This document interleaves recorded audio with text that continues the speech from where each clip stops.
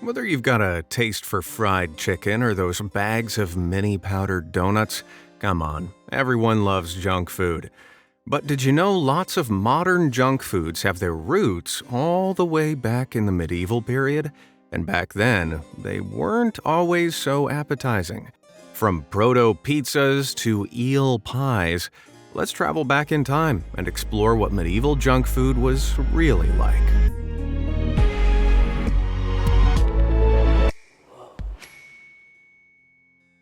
Meat pies. Meat pies. The idea of wrapping meat in a bready crust has existed since ancient Egypt.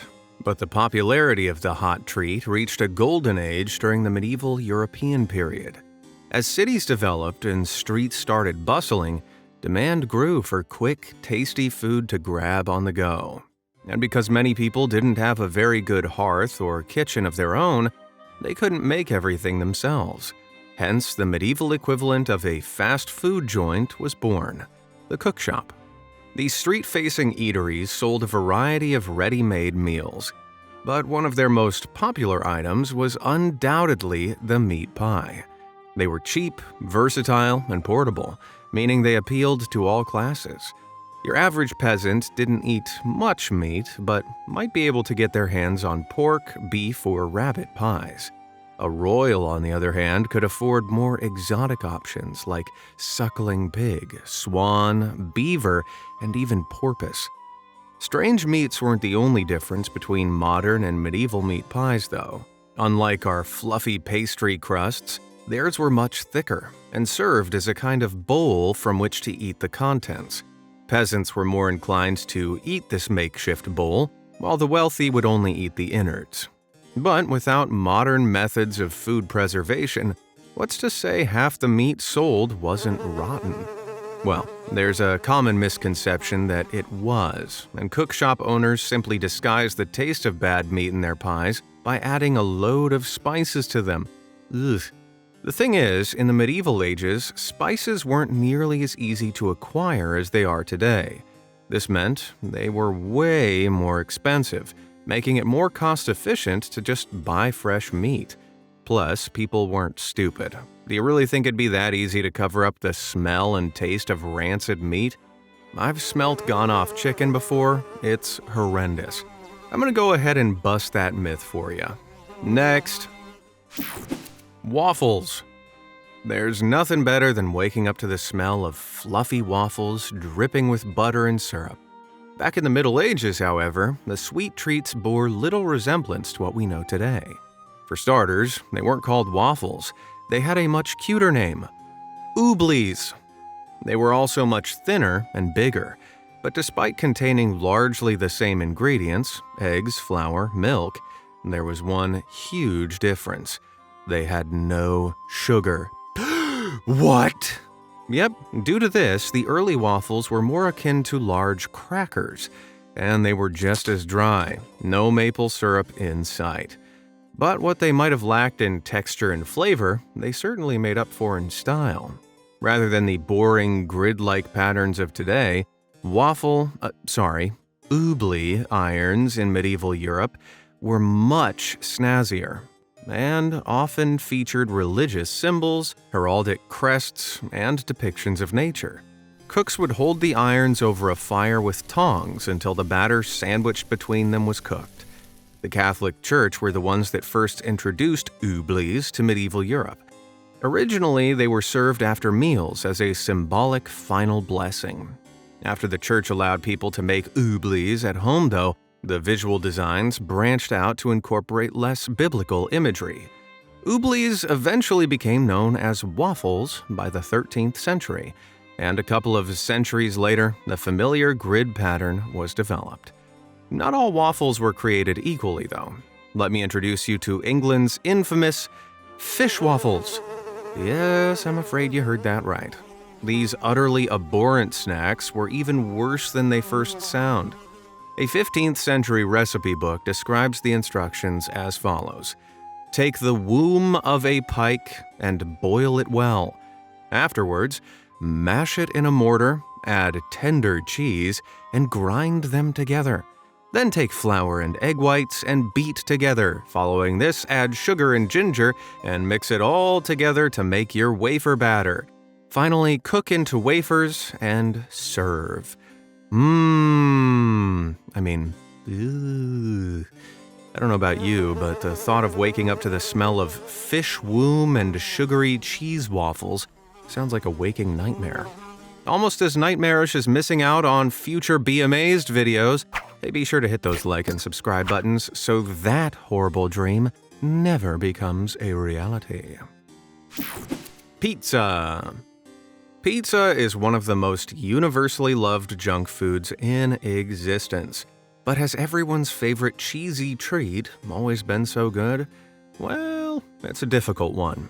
The first recorded use of the word pizza can be found in a contract from Italy all the way back in 997 AD. In it, a local bishop grants access to lands on the stipulation of certain payments, including that the tenant provide, wait for it, 12 pizzas to him each Christmas and Easter. Well, I wish my landlord would be happy with a couple dozen pizzas each year. While we know roughly when pizza became a term, though, what exactly this 10th century treat looked like is less clear. It certainly wouldn't have been anything like a Domino's. No.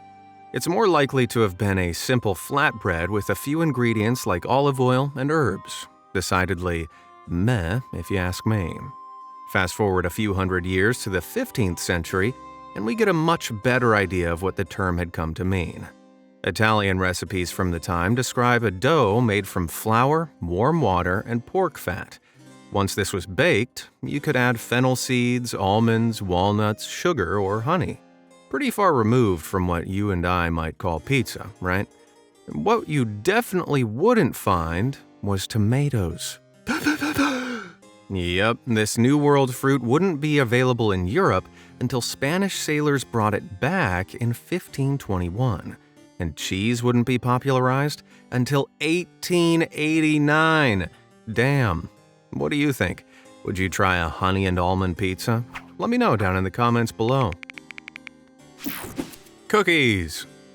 Cookies. I love them. But my God, they're bad for my waistline. Back in the 12th century, though, they were actually prescribed to cure illness. No, seriously. A recipe from this time, written by the esteemed German nun Hildegard of Bingen, is called Cookies of Joy. She claimed the cookies dispelled evil and melancholy from the soul. Cookies tend to dispel melancholy from my soul anyway, but Hildegard was a renowned healer. By adding spices like nutmeg, cinnamon, and clove, she believed the fiery combination would free the senses and create a happy disposition. The type of wheat she used was also key, spelt, which we now know is very healthy. Considering old Hildegard ended up living until the grand age of 82, I'm inclined to think she was onto something. Is this an excuse to eat as many chocolate chip cookies as you like? I'm afraid not. Cookies of Joy didn't contain any sugar, butter, eggs, or leavener, making them bitter and, yes, healthier than modern cookies. If I got served these, I'd rename them cookies of immeasurable disappointment. My disappointment is immeasurable, and my day is ruined. Perpetual stew. It's 1389, and you just sat down at a local inn. The owner walks up, and you order some grub. What do you get? Well, today you might grab a burger and fries. Back then, you'd have been much more likely to enjoy a hearty stew. One that's probably been cooking for weeks, if not months. Now hold on, hear me out. A single pot of continually cooking soup, or perpetual stew, was a popular meal across medieval Europe. Although the idea of eating potentially days-old food might be frightening, it's actually far safer than it sounds. See, bacteria can't survive in temperatures above 170 degrees Fahrenheit. Meaning, so long as the stew is kept at a steady simmer, nothing nasty will be able to grow. Of course, you couldn't keep the same ingredients stewing for days without them going off.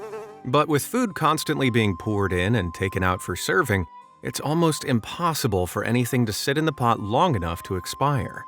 This constant adding of new ingredients also helps to enhance the flavor, making for a richer, more complex stew. While back in medieval times, a pot would usually be drained and cleaned for Lent, modern cooks have managed to keep stews going for decades.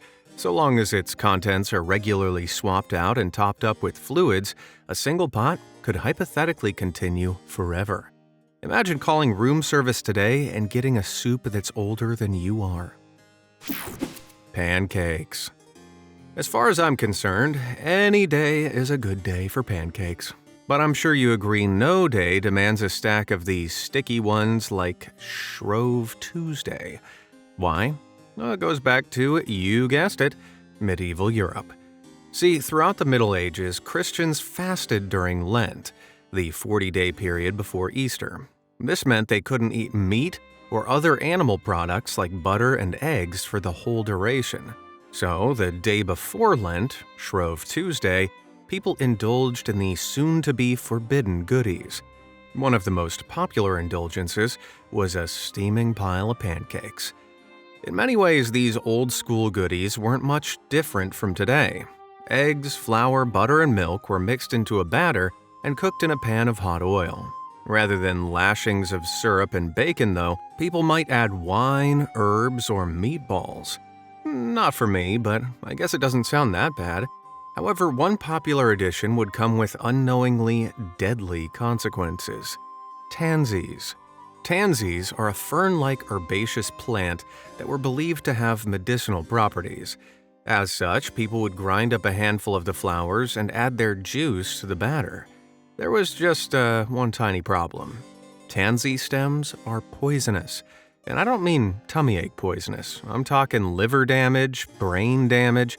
There are even stories of people losing their lives from as little as 10 drops of tansy oil. Damn. Even wilder, people didn't even realize until relatively recently. Tansy was still being added to pancakes right up until the early 20th century. Man, at least I have a trick up my sleeve if Mom annoys me on next pancake day. Custard. To anyone except the richest and most influential of the medieval period, something as decadent as a custard tart would be a pipe dream. That's because, unlike today, sugar was much more expensive of a commodity in Europe, and the precise nature of cooking custard didn't lend itself to a peasant's kitchen. But let's say you've been invited to dine with the king. What could you expect before your first bite of the egg and milk concoction?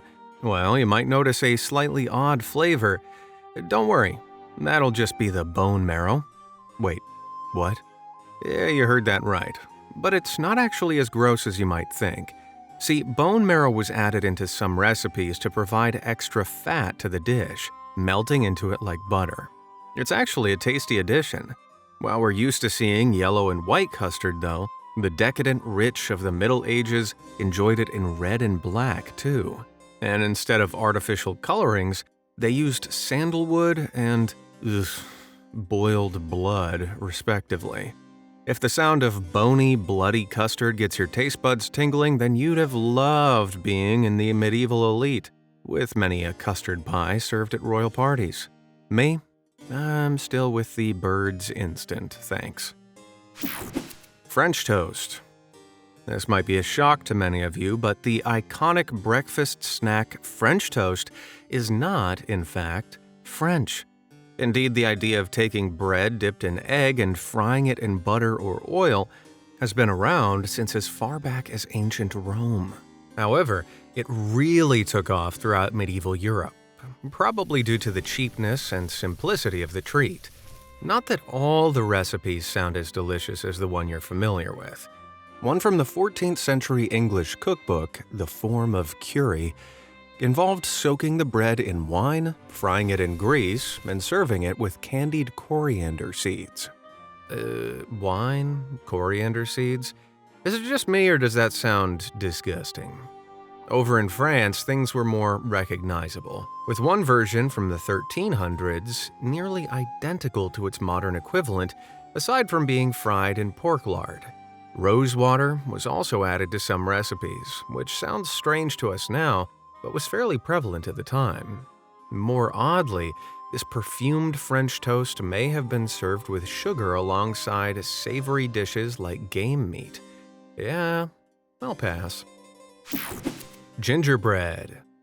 Nothing warms the soul more than the comforting taste of a gingerbread man, something that apparently medieval Europeans agreed with. According to a popular story, an Armenian monk called Gregory was responsible for first bringing the delectable sweet to the West. Apparently, he traveled from his homeland and settled in France in 991 AD as a hermit. While there, he lived in a cave and became a popular holy man, offering hospitality to locals and making a special cake for them comprised of honey and spices. This is what we've come to know as gingerbread.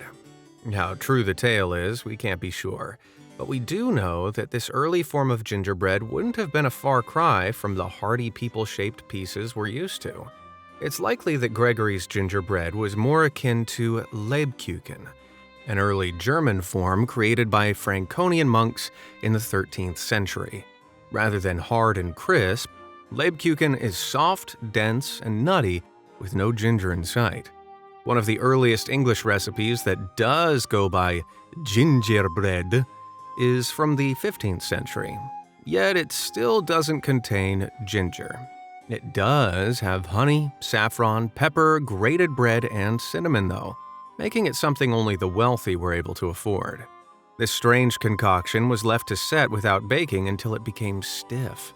By this time, it seems gingerbread was regularly served at the end of a feast, during what's called the void. It was thought to both aid digestion and sweeten people's breath. None of these variations came in people form, though. In fact, the first documented gingerbread men didn't arise until the 16th century, where they were served at extravagant dinners thrown by Queen Elizabeth I. Nowadays, gingerbread men aren't quite so opulent. Lamprey pie. Junk food has never exactly been known for its health benefits, but few foods are so decadent that they might have killed a king. Let me introduce you to lamprey pie. If you're unfamiliar, lampreys are jawless parasitic fish that look like they'd be more appropriate in your nightmares than on your dinner table. Yet this gruesome dish was enjoyed by everyone from the peasantry to the royals of medieval England.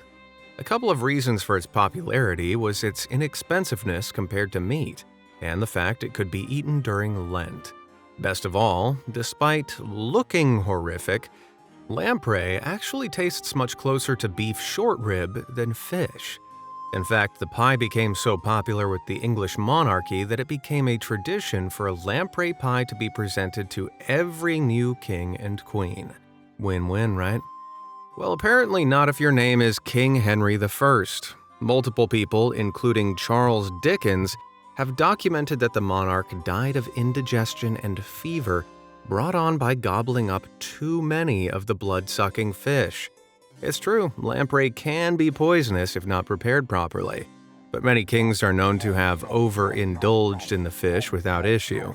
Indeed, recent research suggests that Henry is more likely to have died from a sudden infection than lamprey pie addiction. If that good news has motivated you to go out and get some, I'm afraid you're out of luck. Due to habitat degradation, sadly, lampreys have become increasingly scarce across Europe. Maybe the next coronation could start with gifting the king a bucket of fried chicken. I know which I'd rather have. Sausage. Just like how a modern New Yorker might stop by their local food cart to grab a dirty water dog, people were buying sausages as far back as the Middle Ages. The idea of preserving dried or smoked meat inside intestinal casings wasn't new even then, with records of the process dating all the way back to ancient Greece. But by medieval times, hundreds of sausage varieties had been developed, depending on where in Europe you lived. Indeed, anything from pork to porpoise could have been stuffed inside the intestines. Although the particular delicacy was reserved for nobles, with one English recipe describing porpoise blood and oatmeal being mixed together to make black pudding. Ooh. I'd rather have lived in Germany, where they were content with bratwurst. The oldest known recipe for this German classic dates back to 1432, and interestingly, government guidelines from that year state that any sausage makers not using the purest meat would be fined a day's wages. So there was some quality control even despite how long ago it was. With contemporary images of sausage making surviving from all over Europe, it's clear it was a very popular convenience food, and in contrast to a lot of the junk food in this video, has remained relatively unchanged throughout history. It just goes to show, you can't keep a good wiener down. Sorry, that came out wrong. Cheesecake. Cheesecake has been around for zonks. It was even served to Greek athletes during the first Olympic Games. But this creamy treat really came into its own in the Middle Ages. A popular sweet of King Richard II in the 14th century, the Sambocade is considered one of the oldest forms of cheesecake in England. Unlike its Greek counterpart, which used a type of goat's cheese called Mizithra, the Sambocade uses cottage cheese.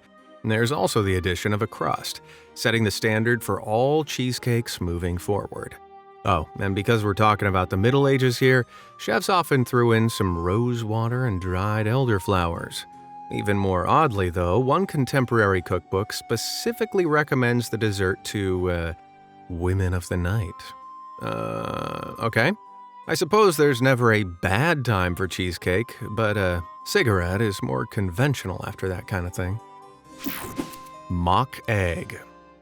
We've touched upon dietary restrictions during Lent, but it's hard to describe just how restrictive they'd have been for the average person in the Middle Ages.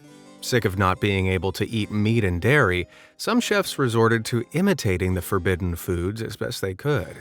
Enter the bewilderingly popular mock egg. A 1430 recipe book instructs chefs to fill an empty eggshell with a mixture of almond milk-based jelly around a crunchy almond center, then dye the middle yellow with saffron and ginger. I don't know about you, but that doesn't really sound like an egg to me. Like, at all. As far as texture went, it would have more closely resembled baby food. Yet it was popular. That's because people were desperate during the fast days for anything resembling their normal diet. Some chefs would take pink salmon and white pike roe and stripe the two together to create imitation bacon. And whether it actually tasted anything like bacon, I'm highly doubtful. Other chefs took it a step further and advocated cooking up dolphins despite them technically being mammals. Jeez.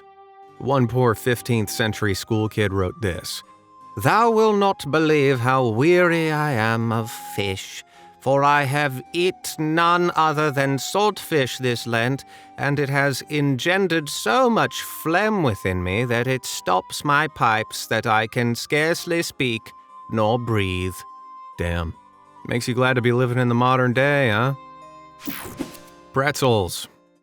Whether you like your pretzels bite-sized or big and drizzled with mustard, this salty snack has been a not-so-healthy staple of the German diet for centuries. In fact, many believe its origins go back to the start of the Middle Ages, around the 7th century. According to legend, an Italian monk created pretzels to give to children as treats during their prayers. The iconic 3 holes are thought to represent the Christian symbol of the Holy Trinity, with each being the Father, the Son, and the Holy Spirit. Whether they originated in Italy or not, by the 12th century, pretzels had become ingrained in German baking culture. Part of the reason they became so widespread is how easy and inexpensive they are to make. Cooked using a simple mixture of water, flour, salt, they could be whipped up and eaten any time of the year, by anyone, even during Lent. At their cultural apex, pretzels were even used as good luck charms during wedding ceremonies, and would be pulled apart by the bride and groom like we do now with wishbones. Indeed, it's amazing how these little doughy delights have changed over the years. If you went to the bakery now and bought one, it'd be like looking back in time. Not literally, mind. You know what I mean. Mac and cheese. Mac and cheese, the gold standard in the world of junk food, at least in my humble opinion. But did this holy macrimony exist for our medieval ancestors? Pasta itself can be traced as far back as ancient China and Greece, and we know it was eaten in Italy since at least the 4th century BC. It wasn't until the Middle Ages, however, that it really picked up popularity across Europe, and towards the tail end, we see our first taste of mac and cheese, or at least, kinda. A 14th century Italian recipe for de lasagne calls for squares of pasta to be layered with grated cheese. As the name suggests, this is more like lasagna than the mac and cheese we know now, but it's not far off. A little later on, an altered version of the dish called macros made its way to England.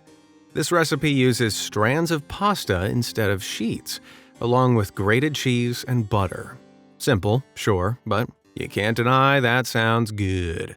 And because of the cheapness of the ingredients, we can confidently assume this was a dish eaten by low and high class alike. Indeed, in the centuries after the 14th, macaroni became an increasingly popular street food, especially in Naples. Here, the poorest of society would stand and eat strands of the stuff by hand, often pulling quite a crowd to witness the oddity. They'd have lost their minds if they'd been told about craft. Well, would you look at that? We're at the end of the video. Which of those medieval junk foods would you least like to eat? Let me know in the comments, and I'll catch you next time.